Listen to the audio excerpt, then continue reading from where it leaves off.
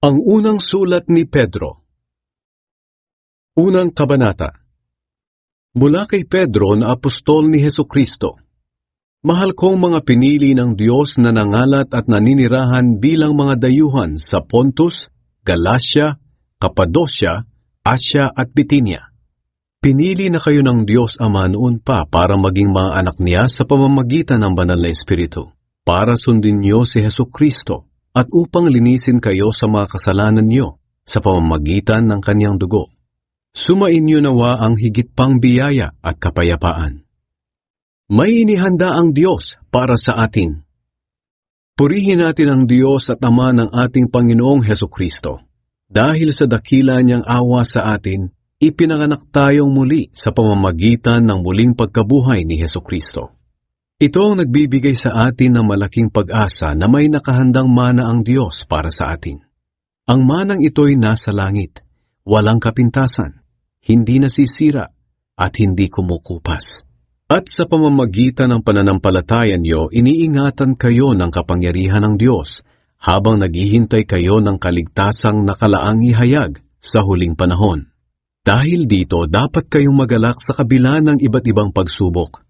Dahil ang mga pagsubok na ito'y panandalian lang at dapat ninyong maranasan para masubukan kung talagang tunay ang pananampalataya ninyo. Katulad ng ginto, sinusubok ito sa apoy para malaman kung tunay o hindi.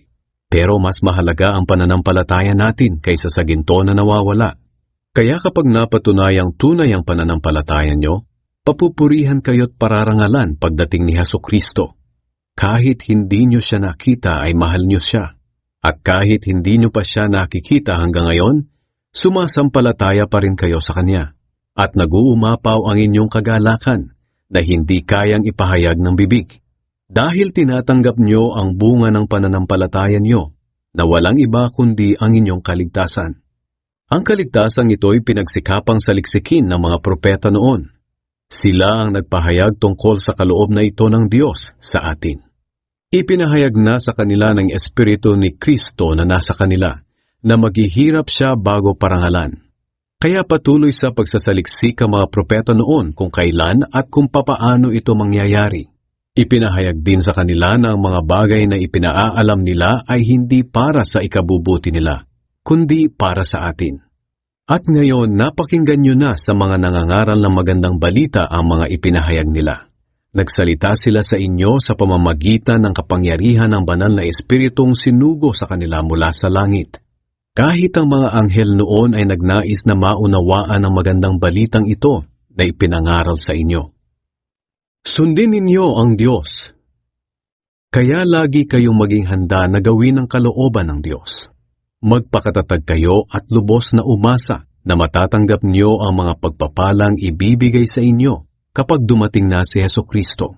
Bilang masunuring mga anak ng Diyos, huwag kayong patadala sa masasamang hilig ninyo nung hindi pa kayo nakakakilala sa Diyos. Banal ang Diyos na tumawag sa inyo.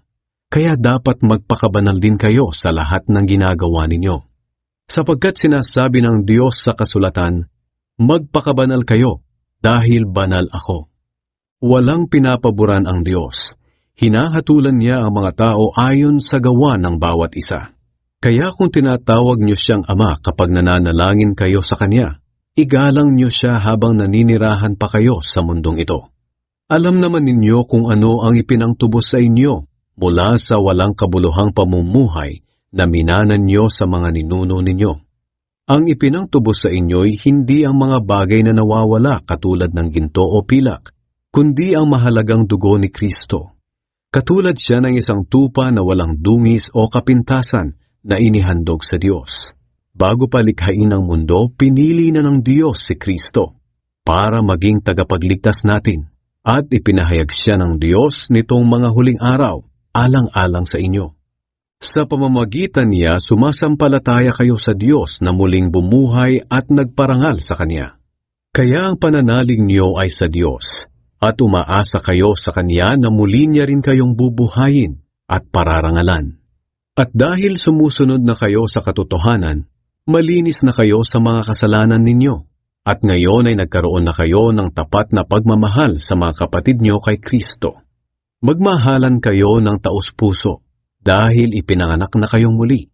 At ang kapanganakang ito'y hindi sa pamamagitan ng mga magulang ninyong namamatay, kundi sa pamamagitan ng buhay at walang hanggang salita ng Diyos. Ayon sa kasulatan, ang lahat ng tao ay parang damo. Ang kanilang katanyagan ay parang bulaklak nito. Ang damo ay nalalanta, at ang bulaklak nito ay nalalaglag. Ngunit ang salita ng Panginoon ay nananatili magpakailanman. At ang salitang ito ay ang magandang balitang ipinangaral sa inyo. Ikalawang kabanata. Dahil ipinanganak na kayong muli, talikuran nyo na ang lahat ng uri ng kasamaan, pandaraya, pagkukunwari, pagkainggit, at lahat ng paninirang puri. Gaya ng sanggol na bagong panganak, manabik kayo sa dalisay na gatas na espiritual, upang lumago kayo hanggang makamtan nyo ang ganap na kaligtasan. Ngayong naranasan na ninyo ang kabutihan ng Panginoon. Siya ang batong buhay na itinakwil ng mga tao pero pinili ng Diyos at mahalaga sa paningin niya. At habang lumalapit kayo sa Kanya, kayo na tulad din ng batong buhay ay itinatayo ng Diyos bilang isang gusaling espiritual. At bilang mga banal na paring pinili ng Diyos, nag-aalay kayo sa Kanya ng mga espiritual na handog na kalugod-lugod sa Kanya. Dahil ginagawa niyo ito sa pamamagitan ni Hesukristo. Sapagkat sinasabi ng Diyos sa kasulatan, may pinili akong maghahari sa Zion, tulad niya'y mahalagang bato na ginawa kong pundasyon. Ang sumasampalataya sa Kanya ay hindi mapapahiya. Kaya kayong sumasampalataya ay pararangalan ng Diyos, ngunit sa taong hindi sumasampalataya ay naganap ang sinasabi ng kasulatan. Ang batong itinakwil ng mga tagapagtayo ay siyang naging batong pundasyon. Ang batong ito ay naging katitisuran sa mga tao at nakakapagpadapa sa kanila. Natitisod sila dahil ayaw nilang sundin ang salita ng Diyos. Ganoon ang nakatalaga para sa kanila. Ngunit kayo'y mga taong pinili, mga maharlikang pari, at mga mamamayan ng Diyos. Pinili kayo ng Diyos na maging Kanya upang ipahayag ninyo ang kahanga-hanga niyang mga gawa.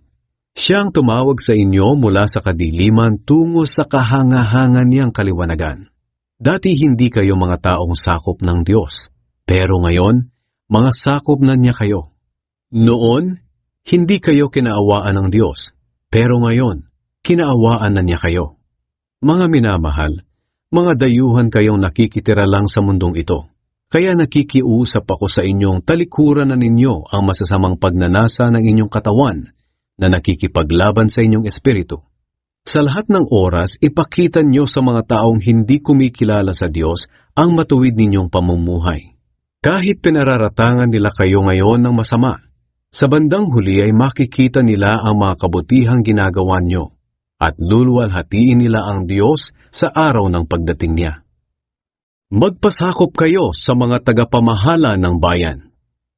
Alang-alang sa Panginoon, magpasakop kayo sa lahat ng tagapamahala ng bayan, maging sa emperador na may pinakamataas na kapangyarihan, o sa mga gobernador na sinugo ng Diyos para magparusa sa mga gumagawa ng masama at magparangal sa mga gumagawa ng mabuti.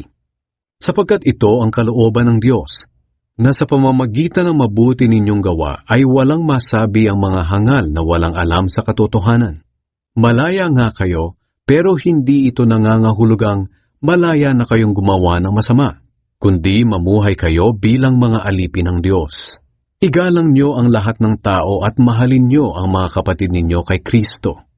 Mamuhay kayo ng may takot sa Diyos at igalang ninyo ang emperador. Tularan ninyo si Kristo. Mga alipin, sundin ninyo ng may takot sa Diyos ang mga amo ninyo. Hindi lang ang mababait kundi pati ang malulupit. Sapagkat pagpapalain kayo ng Diyos kung tinitiis ninyo ang mga pagpapahirap kahit wala kayong kasalanan, dahil sa nais ninyong sundin ang kalooban niya. Pero kung parusahan kayo dahil sa ginagawa ninyong masama, wala ring kabuluhan kahit tiisin ninyo ito. Ngunit kung pinaparusahan kayo kahit mabuti ang ginagawa ninyo at tinitiis ninyo ito, kalulugdan kayo ng Diyos. Ang mga pagdurusa ni Kristo para sa atin ang halimbawang dapat nating tularan. Ito ang dahilan kung bakit tayo tinawag, para para tularan natin ang buhay ni Kristo. Hindi siya nagkasala o nagsinungaling man. Ininsulto siya pero hindi siya gumanti ng insulto. Pinahirapan siya pero hindi siya nagbanta. Ipinagkatiwala niya ang lahat sa Diyos na humahatol ng makatarungan. Si Kristo ang umako sa mga kasalanan natin nang ipako siya sa krus para iwanan na natin ang buhay na makasalanan at mamuhay na matuwid. Dahil sa mga sugat niya gumaling tayo. Para tayong mga tupang naligaw noon, pero nakabalik na tayo ngayon sa Panginoon na tagapag-alaga at tagapagbantay ng ating buhay. Ikatlong kabanata. Sa mga mag-asawa. Kayong mga babae, magpasakop kayo sa asawa ninyo, upang kung ang asawa ninyo'y hindi pa naniniwala sa salita ng Diyos, maaaring madala niyo sila sa Panginoon sa pamamagitan ng mabuti ninyong pag-uugali kahit na hindi kayo magsalita, sapagkat nakikita nilang may takot kayo sa Diyos at malinis ang pamumuhay ninyo. Kung gusto ninyong maging maganda, huwag sa panlabas lang tulad ng pag-aayos nyo ng buhok na nilalagyan ng mamahaling alahas at pagsusuot ng mamahaling damit. Sa halip, pagandahin ninyo ang inyong kalooban, ang mabuting pag-uugali na hindi nagbabago. Maging mahinhin kayo at maging mabait. Ito ang mahalaga sa paningin ng Diyos, at ito ang ginagawa ng mga babaeng banal noong unang panahon. Nagpapaganda sila sa pamamagitan ng pagpapasakop nila sa kanilang asawa. Katulad ni Sarah, sinunod niya si Abraham at tinawag pa niyang Panginoon. Mga anak na kayo ni Sarah, kaya dapat matuwid ang ginagawa niyo at huwag kayong matakot sa kahit anuman. Kayo namang mga lalaki, pakisamahan ninyong mabuti ang inyong asawa, dahil ito ang nararapat bilang isang Kristiyano. Higalang niyo sila bilang mga babaeng mas mahina kaysa sa inyo, dahil binigyan din sila ng Diyos ng buhay na walang hanggan katulad ninyo. Kapag ginawa niyo ito, sasagutin ng Diyos ang mga panalangin ninyo. Magmahalan kayong lahat. Ngayon, narito ang ilan ko pang bilin sa inyong lahat. Dapat magkaisa kayo sa isip at damdamin, at magdamayan. Magmahalan kayo bilang magkakapatid. Maging maunawain at mapagpakumbaba kayo sa isa't isa. Huwag ninyong gantihan ng masama ang gumagawa sa inyo ng masama. At huwag din ninyong gantihan ng pang-iinsulto ang mga nangiinsulto sa inyo. Ang dapat ninyong gawin ay manalangin na kaawaan sila ng Diyos, dahil pinili kayo ng Diyos na gawin ito, at para kaawaan din niya kayo. Sapagkat sinasabi sa kasulatan, ang sinumang nagnanais ng maligaya at masaganang pamumuhay ay hindi dapat magsalita ng masama at kasinungalingan. Dapat lumayo siya sa masama at gawin ang mabuti. Pagsikapan niyang kamtin ang kapayapaan, sapagkat iniingatan ng Panginoon ang matuwid, at sinasagot niya ang mga panalangin nila. Ngunit galit siya sa mga gumagawa ng masama. Sino ang gagawa ng masama sa inyo kung laging mabuti ang ginagawa nyo? Pero kung usigin kayo dahil sa kabutihang ginagawa nyo, mapalad kayo. Huwag kayong matakot o mag-alala sa anumang gawin nila sa inyo. Alalahanin nyo na si Kristo ang dapat ninyong parangalan at sundin. Dapat lagi kayong handang magpaliwanag sa sino mang magtatanong sa inyo tungkol sa pag-asa ninyo. At maging mahinahon at magalang kayo sa inyong pagsagot. Tiyakin ninyong laging malinis ang inyong konsensya para mapahiya ang mga taong minamasama ang mabubuti ninyong gawa bilang mga tagasunod ni Kristo. Mas mabuti pang magtiis kayo ng hirap dahil sa paggawa ng mabuti, kung ito talaga ang kalooban ng Diyos, kaysa sa magtiis kayo ng hirap dahil sa paggawa ng masama.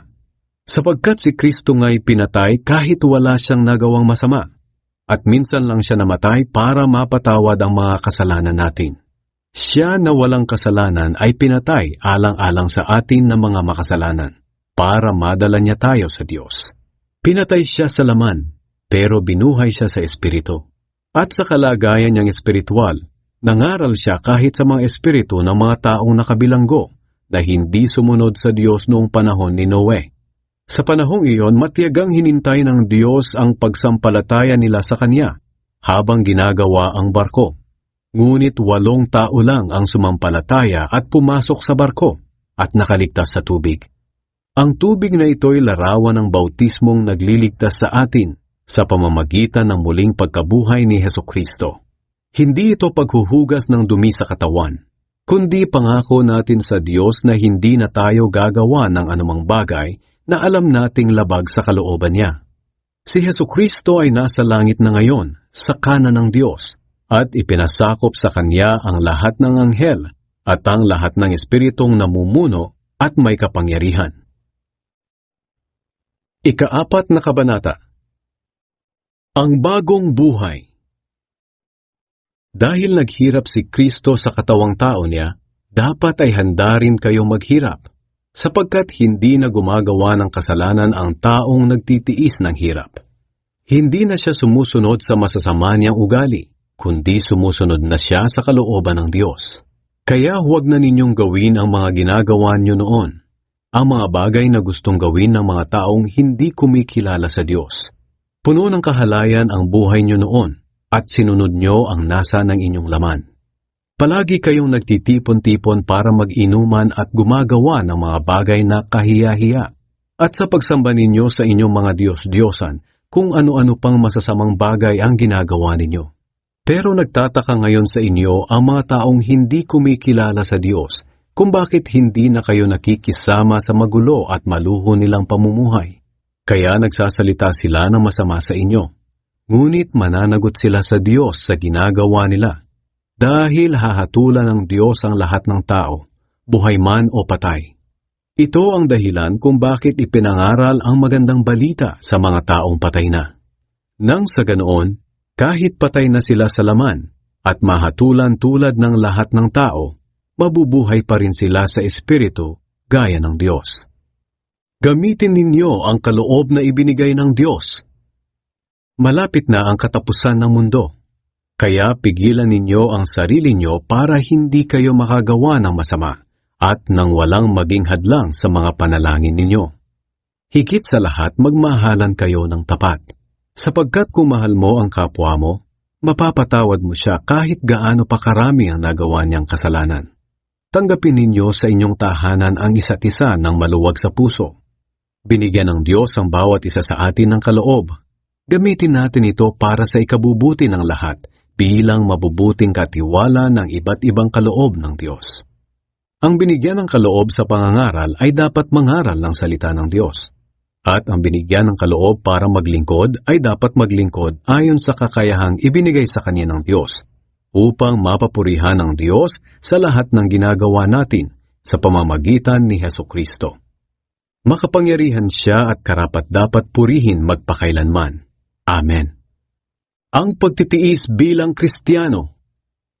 Mga minamahal, huwag kayong magtaka sa mabibigat na pagsubok na nararanasan ninyo. Kapag sinusubok ang inyong pananampalataya, huwag ninyong isipin kung ano na ang mangyayari sa inyo.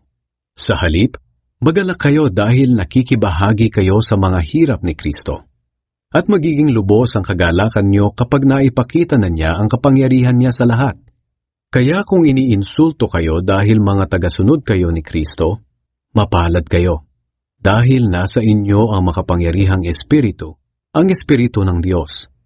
Kung pinarusahan man kayo, sana'y hindi dahil nakapatay kayo ng tao, o nagnakaw, o nakagawa ng masama, o kaya'y nakialam sa ginagawa ng iba. Ngunit kung pinarusahan kayo dahil Kristiyano kayo, huwag kayong mahiya. Sa halip ay magpasalamat kayo sa Diyos, dahil tinatawag kayo sa pangalang ito. Dumating na ang panahong magsisimula na ang Diyos sa paghatol sa mga anak niya. At kung ito'y magsisimula sa atin ng mga anak niya, ano kaya ang sasapitin ng mga hindi sumusunod sa magandang balita ng Diyos? Tulad ng sinasabi sa kasulatan, kung ang mga matuwid ay halos hindi maligtas, ano pa kaya ang mangyayari sa mga makasalanan at hindi kumikilala sa Diyos? Kaya kayong nagtitiis ngayon dahil ito ang kalooban ng Diyos para sa inyo, ay magpatuloy sa paggawa ng mabuti. Ipagkatiwala ninyo ang sarili niyo sa Diyos na lumikha sa inyo, dahil hinding-hindi niya kayo pababayaan. Ika-5 kabanata. Mga bilin sa mga namumuno sa iglesia at sa mga kabataan. Sa mga namumuno sa iglesia, may nais akong ipakiusap sa inyo bilang isa ring namumuno sa iglesia at nakasaksi sa mga paghihirap ni Kristo at makakabahagi rin sa kaluwalhatian niya sa kanyang pagdating. Alagaan ninyong mabuti ang mga mananampalatayang kasama ninyo. Katulad sila ng mga tupa at kayo ang mga tagapag-alaga nila. Dapat taos-puso ninyo silang pangalagaan dahil ito ang nais ng Diyos. Hindi dahil sa napipilitan lang kayo o dahil sa may hinihintay kayong kapalit, kundi dahil sa nais talaga ninyong makatulong sa kanila. Huwag kayong maghahari-harian sa mga mananampalatayang ipinagkatiwala sa inyo upang alagaan, kundi maging halimbawa kayo sa kanila. At pagdating ni Kristo na siyang Pangulong tagapag-alaga, tatanggap kayo ng gantimpalang napakaganda at hindi kukupas kailanman. At kayo namang mga kabataan, magpasakop kayo sa matatanda. At kayong lahat na mga mananampalataya, magpakumbaba kayo at maglingkod sa isa't isa. Dahil sinasabi sa kasulatan, kinamumuhian ng Diyos ang mga mapagmataas, ngunit kinakaawaan niya ang mga mapagpakumbaba. Kaya magpasakop kayo sa kapangyarihan ng Diyos, dahil darating ang araw na pararangalan niya kayo. Ipagkatiwala niyo sa Kanya ang lahat ng kabalisahan niyo, dahil nagmamalasakit siya sa inyo. Humanda kayo at mag-ingat, dahil ang kaaway ninyong si Satanas ay umaali-aligid na parang liyong umaatungal at naghahanap ng malalapa. Patatagin ninyo ang inyong pananampalataya sa Diyos at labanan ninyo si Satanas. Alalahanin ninyong hindi lang kayo ang naghihirap, kundi pati ang mga kapatid nyo kay Kristo sa buong mundo. Nararanasan din nila ang mga paghihirap na ito. Maikling panahon lang ang paghihirap ninyo. Pagkatapos nito, tutulungan kayo ng Diyos para maging ganap ang buhay ninyo. At siya rin ang magpapatatag at magpapalakas sa inyo, dahil siya ang pinagmumula ng lahat ng pagpapala. Pinili niya kayo upang makabahagi rin sa walang hanggang kaluwalhatian niya sa pamamagitan ng pakikipag-isa ninyo kay Kristo. Purihin siya sa kapangyarihan niyang walang hanggan. Amen. Mga pangangamusta. Isinulat ko sa inyo ang maikling sulat na ito sa tulong ni Silvanus. Kapatid natin siya kay Kristo at talagang mapagkakatiwalaan. Napalakas ko sana ang inyong loob sa pamamagitan ng sulat na ito at napatunayan ko ang kabutihan sa atin ng Diyos. Manatili kayo sa kabutihan niya. Kinukumusta kayo ng mga mananampalataya sa Babylonia. Katulad nyo, mga pinili rin sila ng Diyos na maging mga anak niya. Kinukumusta rin kayo ni Marcos na itinuturing kong anak. Magbatian kayo bilang magkakapatid kay Kristo. Sa inyong lahat na kay Kristo, sumainyo nawa ang kapayapaan.